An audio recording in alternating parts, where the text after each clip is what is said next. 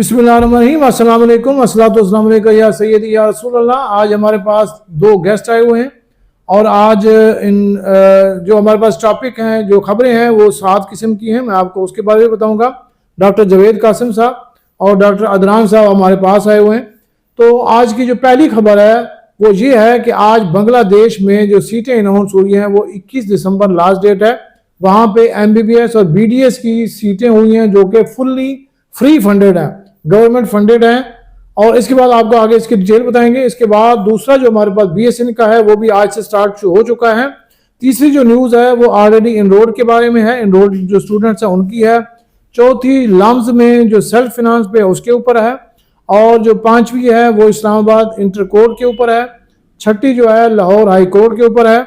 और दूसरी जो अहम खबर है वो लास्ट वो ये है कि आर्मी में MBBS के बाद सीटें हैं और FCPS के बाद भी सीटें हैं। तो मैं आप सबसे पहले जो शुरू करने वाला हूं वो बांग्लादेश के बारे में है।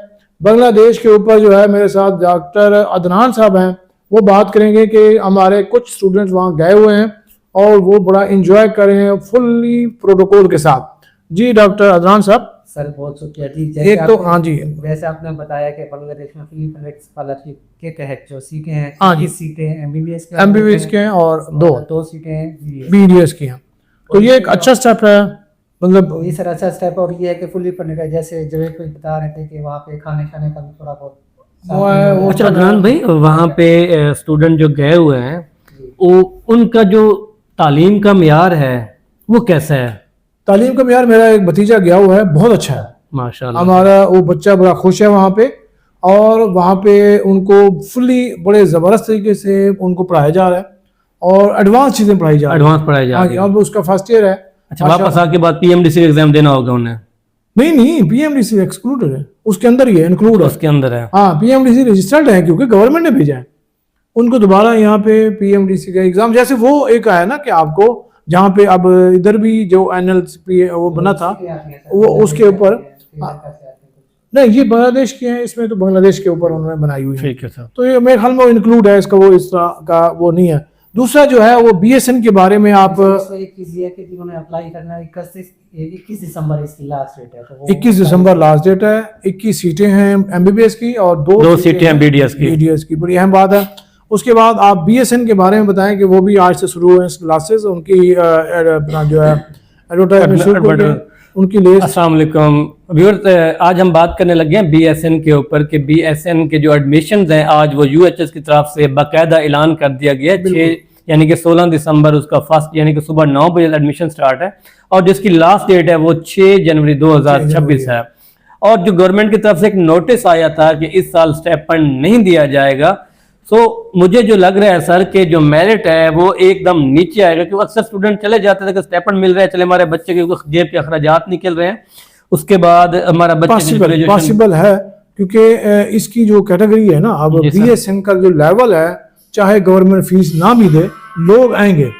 उसकी वजह यह है कि इसकी जो स्कोप है ना वो बाकी जो अलाइड हेल्थ साइंसेज के कोर्सेज जो भी हैं उनकी निस्बत इसका जो लेवल है वो ज़्यादा है। आउट ऑफ कंट्री बड़ा अच्छे हैं, उनको जॉब्स के मौके मिलते हैं।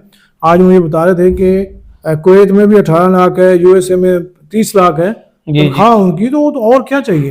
तो इसलिए वो बच्चे जो है थोड़े से परेशान तो होंगे कि उनके मैं तो स्टूडेंट्स को यही कहता हूं कि BSN में आप लोग अप्लाई करें। अगर आपका MD कैट में अगर आपका मेरिट नहीं बन रहा तो इसमें आप अप्लाई कर दें।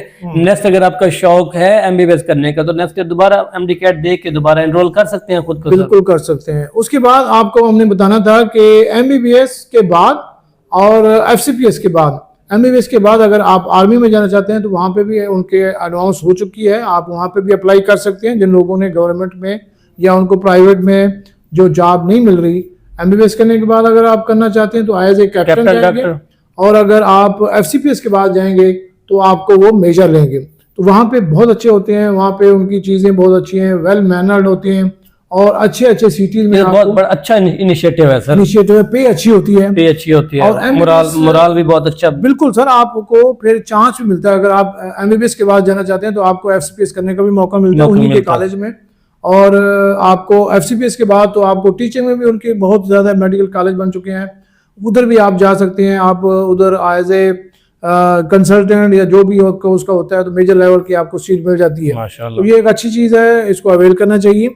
उसके बाद जो हमारा एक और टॉपिक था कि उसमें हमने लम्स में सेल्फ फिनांस पे हमें काफ़ी लोगों ने रिक्वेस्ट की है कि गवर्नमेंट से रिक्वेस्ट करें कि उनकी जो फीस है वो कुछ कम की जाए, और हमारे जो पंजाब वाले डोमिसाइल वाले उनको भी वहाँ पे मौका दिया जाए। जो गो के फीस कम है लेकिन अच्छा, पंजाब वाले स्टूडेंट वहाँ अप्लाई नहीं कर सकते सर? हाँ, पहले इनका था एक इनका रूल बनाया था कि वहाँ पे आप अप्लाई नहीं कर सकते। वो आप कहते हैं कि हमें भी अलाउ करवाएं, और उसी तरह जो है कि भी हमें जो उनकी फ़ीस भी है वो कम की जाए। गो के कम है लेकिन वो ज़ाहिर है उनको एक शौक होता है जिन बच्चों को, वो कहते हैं हमारी फ़ीसें। आज बहुत मैसेज किए, आपको भी किए हैं, जी सर। कॉल आई है, मुझे भी कॉलें आई हैं कि ये आप इस बात हमारी करें फोरम पे। उसके बाद जो ऑलरेडी इनरोल्ड बच्चे हैं उसका आपने बताना है डिटेल से कि भाई उनके क्या क्या बना, को मेरिट कम हुआ ना हुआ, क्या बना, तो ये आप जरा डिटेल से बता दें। सर आपको पता है कि 500 प्लस ऑलरेडी इनरोल्ड स्टूडेंट्स थे, जिसमें से 449 स्टूडेंट्स ने दोबारा जो है अप्लाई कर लिया है। उनको जो सीट्स हैं वो 449 है। तकरीबन मैं देख रहा था 110 स्टूडेंट्स हैं सर निश्तर में जो निश्तर में आए हैं। 80 प्लस हैं, 80 प्लस जो उसमें थे, क्या कहते हैं 100 प्लस, तो यानी इसमें आ गए, निश्तर में आ गए। निश्तर में आ गए सर। जो इदारा है जो जहाँ जिसके घर के करीब है या जिसको वो चाहता है, क्योंकि वो उसमें जाना, क्योंकि सर एक नुकसान ये हुआ है कि जो 449 सीटें वो छोड़ के आए हैं वो अगले 3 साल वेकेंट रह जाएंगे।